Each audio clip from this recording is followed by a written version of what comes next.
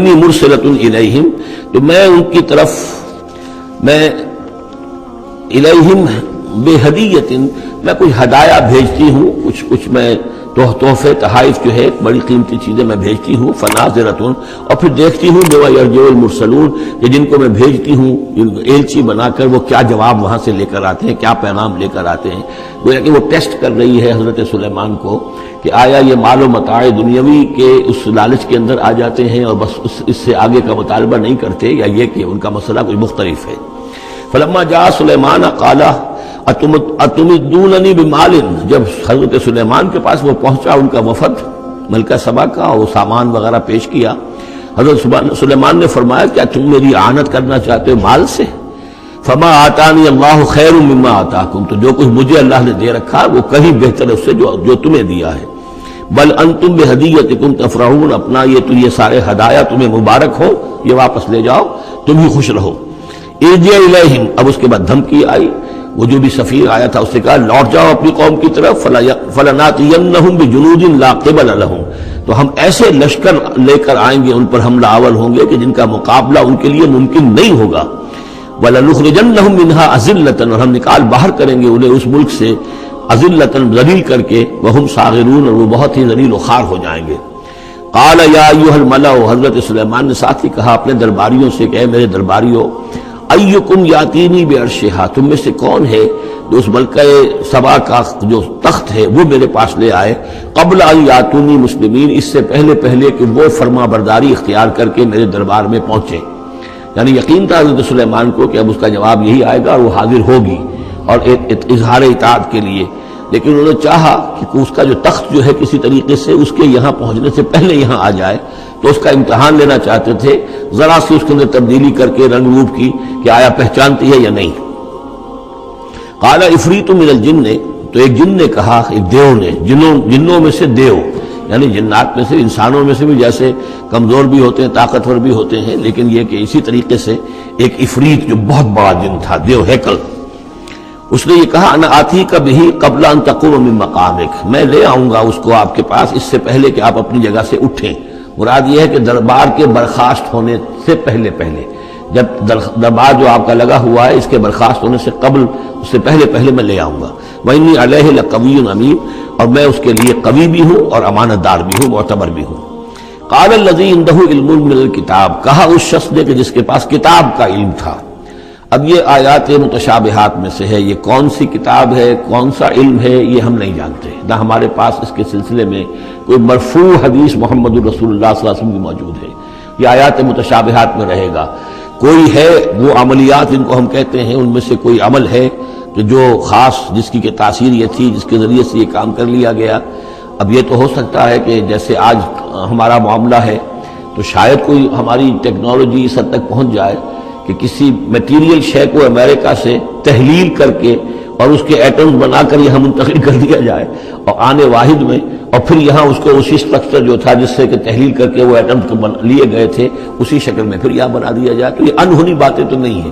اب جہاں پہنچ رہی ہے ہماری ٹیکنالوجی، یہ عین ممکن ہے کہ ایسا ہو جائے، اور شاید اسی طرح کی کوئی بات ہوگی کہ جو اس وقت ہوئی ہے، واللہ اعلم۔ قال الذی عنده علم من الکتاب، تو کہا اس شخص نے جس کے پاس کتاب کا علم تھا، کہتے ہیں کہ یہ ان کا وزیر تھا آصف بن برخیہ، اور اس کے پاس خاص طور پر یعنی کتب سماویہ کا اور اللہ کے ناموں کا علم تھا۔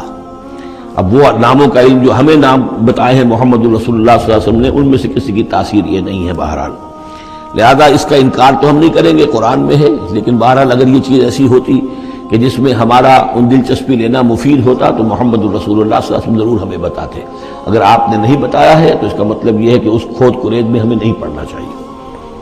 انا آتی کا بھی قبل ان یرتد الیک طرفک، کہ میں تو لے آؤں گا اس کو اس سے پہلے کہ آپ کی نگاہ پلٹ کر آپ تک آئے۔ فلما رآہ، یہ کہتے ہی اور وہ لے بھی آیا، فلما رآہ مستقلا عنده، دیکھا انہوں نے کہ سامنے رکھا ہوا ہے۔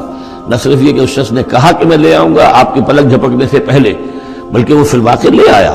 جب دیکھا اس کو کہ رکھا ہوا ہے اس کے سامنے حضرت سلیمان کے، قال ھذا من فضل ربی، انہوں نے فوراً کہا، یعنی یہ کہ اس پر بھی اللہ کی بندگی کا جو ہے جو نقشہ ہے وہ یہ ہے کہ بڑی سے بڑی بات بھی ہو تو اللہ ہی کا شکر ادا کیا جائے، اسے فضل سمجھا جائے، کوئی اپنا کمال کہ میرا ایک وزیر بھی یہ کمال رکھتا ہے تو میں کتنا صاحب کمال ہو گیا، یہ نہیں۔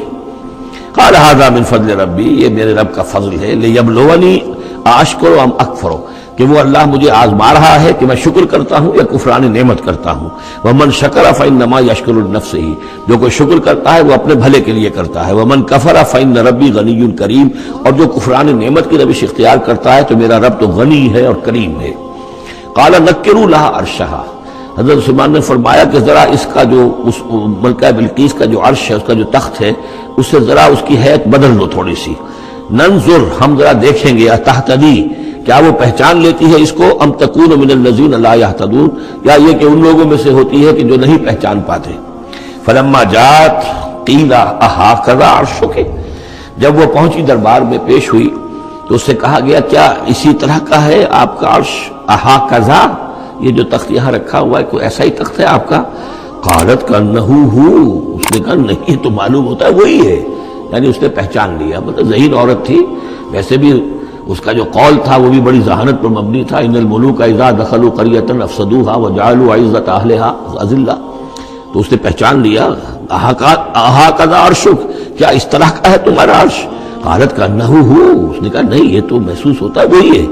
وَأُوتِينَا الْعِلْمَ مِنْ قَبْلِهَا، اس نے کہا ہمیں یہ ساری باتیں پہلے ہی معلوم ہو چکی ہیں، یعنی اے سلیمان آپ کا جو مقام اور مرتبہ ہے، اللہ کا جو فضل آپ پر ہوا ہے ہمارے علم میں آ چکا ہے، ہم جان چکے ہیں، یہ کوئی نئی بات ہے میرے لیے نہیں ہے جو اس وقت اس کا مشاہدہ میں کر رہی ہوں۔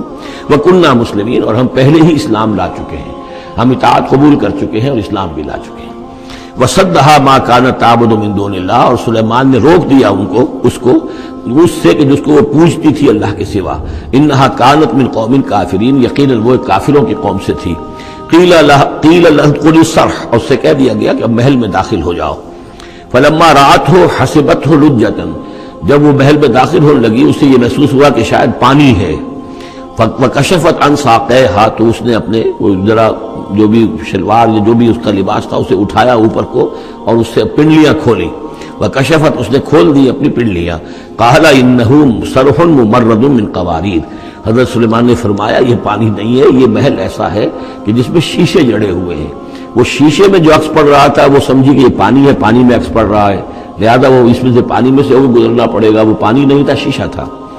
یہ تو بلکہ شیشہ ہے، محل ہے ایسا جس کے اندر کہ شیشے جڑے ہوئے ہیں۔